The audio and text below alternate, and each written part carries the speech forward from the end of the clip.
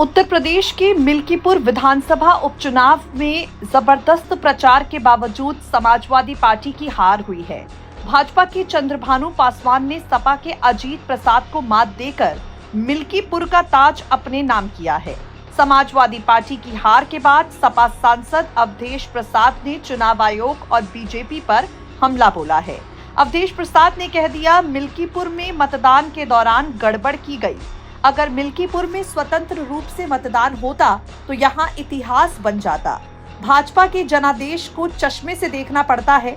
सपा उम्मीदवार अजीत प्रसाद लाखों वोटों से जीतते, लेकिन मिल्कीपुर में वोटों की जो चोरी हुई वो लोकतंत्र की हत्या है। इसके बाद भी चुनाव आयोग बेबस दिखा।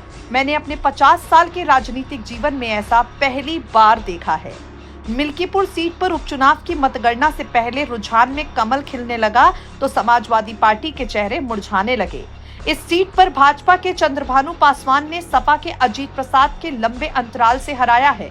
भाजपा जितने अंतर से लोकसभा सीट हारी थी, उससे अधिक अंतर से उपचुनाव जीतकर अपना संकल्प बीजेपी ने पूरा कर लिया है। तो वहीं अब समाजवादी पार्टी में आरोप प्रत्यारोप का दौर शुरू हो गया है।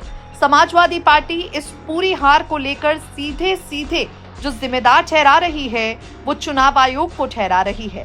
सपा चुनाव आयोग पर कई तरह के सवाल खड़े कर रही है और इन्हीं सवालों के बीच एक मांग ये है कि अब मिल्कीपुर पर दोबारा वोटिंग होनी चाहिए और जब दोबारा वोटिंग होगी, निष्पक्ष तरीके से होगी, तो भारतीय जनता पार्टी का सूपड़ा साफ हो जाएगा। सपा की तरफ से अपने आरोप चुनाव आयोग तक भेजे जा चुके हैं, लेकिन फिलहाल चुनाव आयोग ने इन सब पर किसी तरह की कोई प्रतिक्रिया नहीं दी है।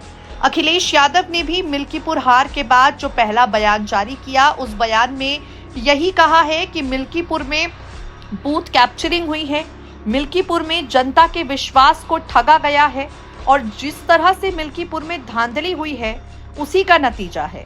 आपको बता दें, अखिलेश यादव ने इतना ही नहीं बल्कि चुनाव आयोग का पिंडदान तक किया, चुनाव आयोग को कफन तक भेजा।